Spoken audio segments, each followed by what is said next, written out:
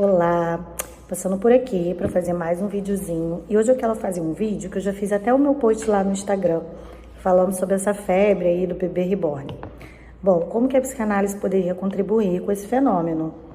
Mais um fenômeno social como tantos outros, né? Não se trata de uma patologia nem de nenhum transtorno, mas sim de um funcionamento social que de vez em quando denuncia aí alguns pontos, né, alguns usos de objetos ou de intenções ou de novos laços que a gente para pensar, que a gente para refletir.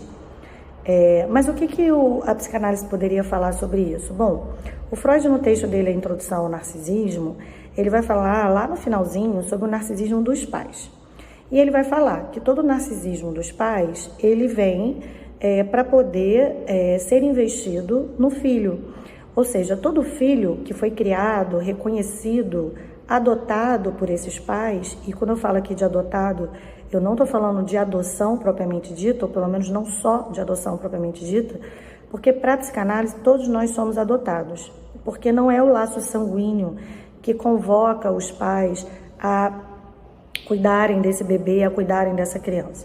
O que convoca os pais a cuidar dos seus bebês e de suas crianças é justamente esse laço narcísico que o pai, né, coloca ali naquela criança. Ele olha para aquela criança e ele diz: meu filho, eu vou cuidar, né? Pois bem, o que o bebê reborn, que também é um objeto, né, um boneco, ele vai trazer isso à tona, né? Porque o Freud, ele vai dizer que por conta desse narcisismo dos pais, os pais às vezes até têm muita dificuldade de perceber as falhas nos seus filhos.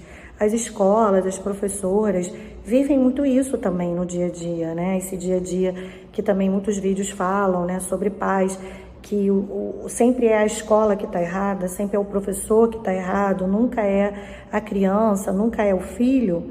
Uma educação muito nova, recente, que vem acontecendo dessa nova geração. Esse bebê reborn cai um pouco nesse lugar também, né? Por quê? Porque ele é um bebê realista, ele é um boneco muito realista, que parece muito com um bebê de verdade, mas não é um bebê de verdade. Por quê? Porque ele não chora, ele não demanda, ele não adoece, ele não nasce com deficiência, ele não tem nada que possa, né, causar algum tipo de frustração nesse pai e nessa mãe. Ele é um bebê perfeito, né? Ele é um boneco perfeito. Pelo menos eu não conheço, não sei se alguém aqui conhece algum bebê reborn com alguma deficiência, seja ela física, seja ela, né, psicológica, nem pensar, né? Porque esse bebê não fala, não tem como a gente nem saber, né, se ele tem ou se ele não tem. Mas enfim, o que eu tô querendo colocar é que eles são muito bonitinhos, são muito perfeitos, né? Então eles não remontam a possibilidade de uma criança deficiente. E vamos lembrar também que não são só as crianças deficientes que trazem algum tipo de problema e frustração aos seus pais, ou seja, deficiência física ou até neuroatípicas mesmo, crianças que nem tiveram nenhum diagnóstico, que, enfim, têm aí uma relação, diríamos, ok, né? Estão na escola também de alguma forma ok, mas que também trazem muita frustração para os seus pais, seja porque são bagunceiras, seja porque são respondonas, seja porque são qualquer coisa que pode até nem ser nenhuma consequência de algum transtorno ou de alguma neuroatipia. São só crianças, pessoas, sujeitos que não são perfeitos.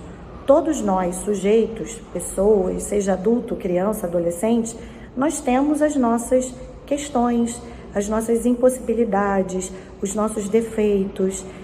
E esses defeitos e realidades, elas estão ali o tempo todo. Aparecem no trabalho, aparecem nas nossas relações com os nossos filhos, nos nossos casamentos, né? Então, esse bebê reborn, ele coloca a maternidade como algo muito possível, muito viável, né? Até porque até mesmo tem mãe que quer ser mãe e não pode ser mãe, porque nasceu, né, com alguma questão no útero, ou nas trompas, ou qualquer coisa biológica que as impossibilitem até mesmo de passar por uma gravidez, né? Poder vivenciar uma gestação. E aí alguns vão optar pela adoção, e a adoção também vai trazer uma série de coisas, né? A gente sabe que a gente tem que fazer processo de habilitação, depois o próprio processo de adoção, né? De encontrar aquela criança, de ser um encontro ali, um vínculo, né? Que aquela mãe e que aquela criança também criem esse laço. Quer dizer, é tudo muito difícil, né? Tudo com muitos limites. E o bebê reborn? Ele tá lá, né? Numa prateleira, pronto para você ir lá, comprá-lo, levá-lo para sua casa e começar a conviver com ele da forma que você entende que é uma relação de mãe e filho. Bom, espero que vocês tenham gostado e fiquem aqui. Toda semana a gente traz um videozinho novo. Até a próxima.